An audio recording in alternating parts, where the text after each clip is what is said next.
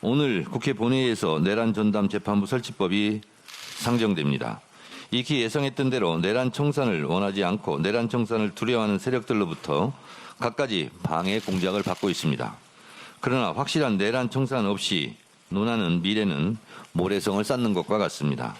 이번 내란 전담 재판부 설치법은 위헌성과 위험성을 모두 제거했습니다. 수정안입니다. 추천위를 법원 내부의 인사들로 할 경우 혹시 모를 사보타지를 통해 내란 전담 재판부를 무력화시킬 염려도 없앴습니다. 대한민국 역사상 최악의 악법으로 기록될 것입니다. 비상계엄 특별재판부는 이름을 무엇라 부르든 반헌법적인 특별재판부입니다.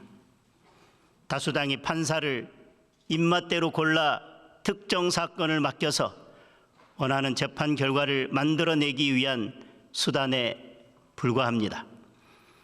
민주주의 국가에서는, 법치주의 국가에서는 있을 수도 없고 감히 상상조차 할 수 없는 일입니다. 일단 지금 민주당이 내놓은 내란 전담 재판부 설치법 수정안을 잠깐 보면은 특히 그 쟁점이 됐었던 판사 추천 방식이 대법원 사무분담위원회가 구성을 하고 판사회의가 의결한다. 그러니까 어쨌든 대법원 안에 있는 조직에서 의결을 한다라는 골자로 수정이 된 상태입니다. 그런데 지금 대법원이 제시한 예규, 그 내란 전담 재판부 예규에서와 이 재판부 구성에 있어서 무작위 배당이라는 것과는 좀 다른가 싶기도 해요. 어떻게 보시나요? 그렇죠. 무작위 배당이 아니라는 것. 추천위를 어떤 형태로 꾸리던지 간에 우리 대한민국 헌법에서는 대법원장이 법관의 임명권을 가지고 있다는 것이 명시적으로 되어 있고 어떠한 제한도 없습니다. 근데 이것을 자꾸 추천위를 어떤 형태로 꾸릴 것인가. 이것으로 민주당이 하고 있는 것은 본질에서 벗어난 것이다라고 말씀을 드리고 싶습니다. 이번에 대법원 측에서 어쨌든 전담재판부를 꾸리는 것에 있어서 예규를 만들겠다고 한 것은 저는 굉장히 진일보된 상황이라고 보고 아마도 민주당보다는 국민들께서 우려하시는 바가 있기 때문에 사법부가 나선 것이 아닌가. 지금 나오고 있는 법안들이 계속적으로 위헌 논란이 있기 때문에 대법원 입장에서는 이것을 사법부의 어른으로서 정리를 해야 된다는 어떤 책임감에서 이루어진 것이라고 생각을 합니다. 민주당에서는 그동안에 신속한 재판이 이루어져야 된다 이런 얘기를 했는데 결국에는 이 예규를 받지 않고 법안으로서 처리하겠다는 건 어떠한 형태든 본인들 입맛에 맞는 판사들로 풀을 꾸리겠다는 야욕을 계속적으로 버리지 않고 있다고 생각을 하거든요. 네네.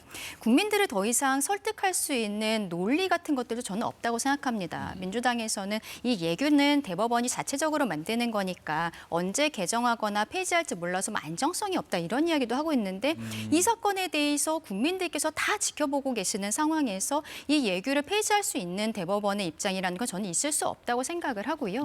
뭐 예를 들면은 지금 제주지방법원 같은 경우에는 4.3 전담재판부 이런 것들을 운영을 하고 있거든요. 결국에는 무작위로 배당을 하지만 그 재판부에서 다른 사건을 받지 않으면서 속도감 있게 진행할 수 있도록 배려하는 것입니다. 여기에 대해서까지 민주당이 받아들이지 않는다는 것은 글쎄요 국민적 역풍이 더 크게 나오지 않을까라고도 생각합니다. 내란을 전담해서 집중 심리한다라는 양 원칙은 같지만은 방법적으로 지금 대법원에서 제시한 예규상의 인원 추천 구성은 받아들일 수 없다. 그렇기 때문에 법안을 당론 채택해서 오늘 상정을 한 것이다. 뭐 이렇게 이해하면 될까요? 그렇습니다. 왜냐하면 내규라는 건 대외적 구속성이 없는 내부 규칙에 불과해요. 안 해도 그만이다. 안 해도 그만이고 언제든지 그 부분이 지금은 A안을 냈지만 나중에 그 부분이 쉽게 흔들릴 수도 있습니다. 이게 영속성을 갖고 이 내란 전담 재판이 진행되는 동안 또 어떻게 될지 모르는 거예요. 지금 장동혁 대표께서 비판하고 있는 뭐 민주당 입맛대로 판사를 선별한다. 이건 구문입니다. 그러니까 바꿨잖아요. 그러니까 위헌성을 제거하면서 다른 대안을 낸 거 아닙니까?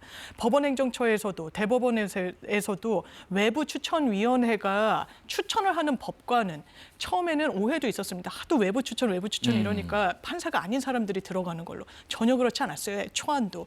그런데 그것조차 사법행정에 대한 독립이 훼손될 수 있다라고 하니까 그러면 법원에서 이 부분을 선발하도록 하자. 다만 지금 이 지기현 재판부에 대해서 문제의식도 있고 조희대 대법원장 체제에 대해서도 문제의식이 있는데 그렇다면 제3의 이 그 조희대 대법원장에 대한 불신이 상당히 많으니까 대안으로 법관 대표회의 그리고 판사회의 이런 이 규칙으로 이미 정해진 이 판사들이 각급 법원을 대표해가지고 구성이 돼 있습니다. 그럼 거기에서 어떤 판사들을 하는지 총의를 모아보고 그러면 이게 복수의 내란 전담 재판부를 만드는 거거든요. 민주당이 몇 개를 만들겠다 하지도 않았습니다.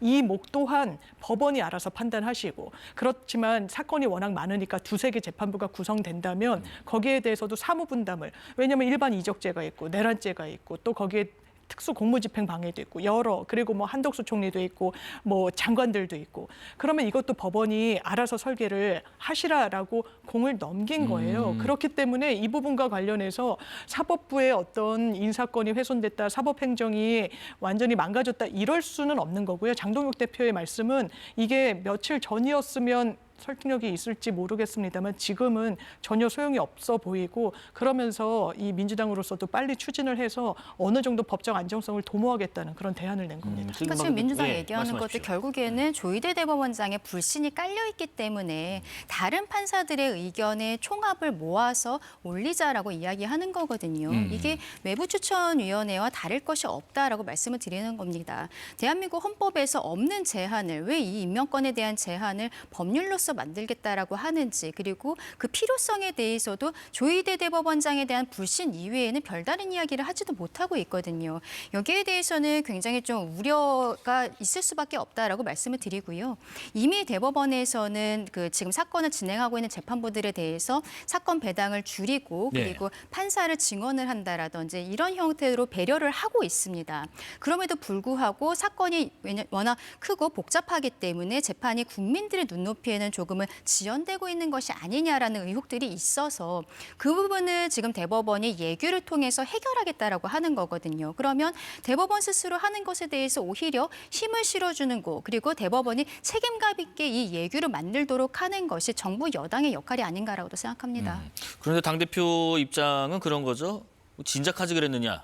네, 보충 이게 말씀드리고 있습니다. 그러니까 네. 처음부터 이런 얘기가 나왔으면은 더 수용이 가능했을지도 모르겠어요. 그 가능성이 열려 있는데 처음에 대법원에서 뭐라 그랬냐면 이런 전담 재판부 만들 수 없다라고 그랬습니다. 군사법원만 가능하다고 이야기를 했었어요. 예. 그렇지 않아요. 강 변호사님 이제 지적해 주셨지만 사산 전담 재판부도 별도로 있는 겁니다. 그럼 그건 무작위 배당에 반하지 않습니까? 사산 관련 사건은 다 해당 재판부에 가는데요. 이 논의를 확장시키면 지금 직연 재판부도 사실 식품위생 전문 재판부예요. 노동 전담 그리고 교통사고, 성범죄 이게 다 각각 이 분류 체계가 사무가 분담돼 있습니다. 그럼 나는 왜 A 판사한테 내 사건이 교통사고 사건이라고 해서 A 재판부에 가느냐?